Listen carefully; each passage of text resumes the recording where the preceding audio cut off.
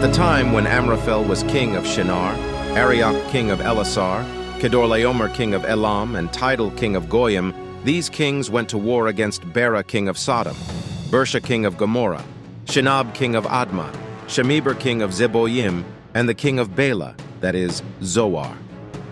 All these latter kings joined forces in the valley of Siddim, that is, the Dead Sea Valley. For 12 years they had been subject to Kedorlaomer, but in the 13th year they rebelled. In the 14th year, Kedorlaomer and the kings allied with him went out and defeated the Rephaites in Ashtaroth-Karnim, the Zuzites in Ham, the Amites in Shaveh-Kiriathaim, and the Horites in the hill country of Seir, as far as El Paran near the desert. Then they turned back and went to En-Mishpat, that is, Kadesh, and they conquered the whole territory of the Amalekites, as well as the Amorites who were living in Hazazon Tamar. Then the king of Sodom, the king of Gomorrah, the king of Admah, the king of Zeboyim, and the king of Bela, that is, Zoar, marched out and drew up their battle lines in the valley of Siddim against Kedorlaomer, king of Elam, Tidal king of Goyim, Amraphel king of Shinar, and Arioch king of Elasar, 4 kings against 5. Now the valley of Siddim was full of tar pits, and when the kings of Sodom and Gomorrah fled, some of the men fell into them, and the rest fled to the hills. The 4 kings seized all the goods of Sodom and Gomorrah and all their food. Then they went away. They also carried off Abram's nephew, Lot, and his possessions, since he was living in Sodom. A man who had escaped came and reported this to Abram the Hebrew. Now Abram was living near the great trees of Mamre the Amorite, a brother of Eshcol and Aner, all of whom were allied with Abram.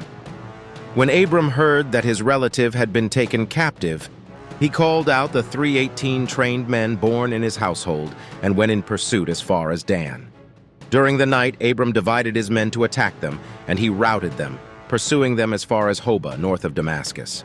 He recovered all the goods and brought back his relative Lot and his possessions, together with the women and the other people. After Abram returned from defeating Kedorlaomer and the kings allied with him, the king of Sodom came out to meet him in the valley of Shaveh, that is, the King's Valley. Then Melchizedek king of Salem brought out bread and wine. He was priest of God Most High, and he blessed Abram, saying, "Blessed be Abram by God Most High, creator of heaven and earth, and praise be to God Most High, who delivered your enemies into your hand." Then Abram gave him 1/10 of everything. The king of Sodom said to Abram, "Give me the people and keep the goods for yourself." But Abram said to the king of Sodom, "With raised hand I have sworn an oath to the Lord, God Most High, creator of heaven and earth, that I will accept nothing belonging to you, not even a thread or the strap of a sandal, so that you will never be able to say, 'I made Abram rich.' I will accept nothing but what my men have eaten, and the share that belongs to the men who went with me, to Aner, Eshcol, and Mamre. Let them have their share."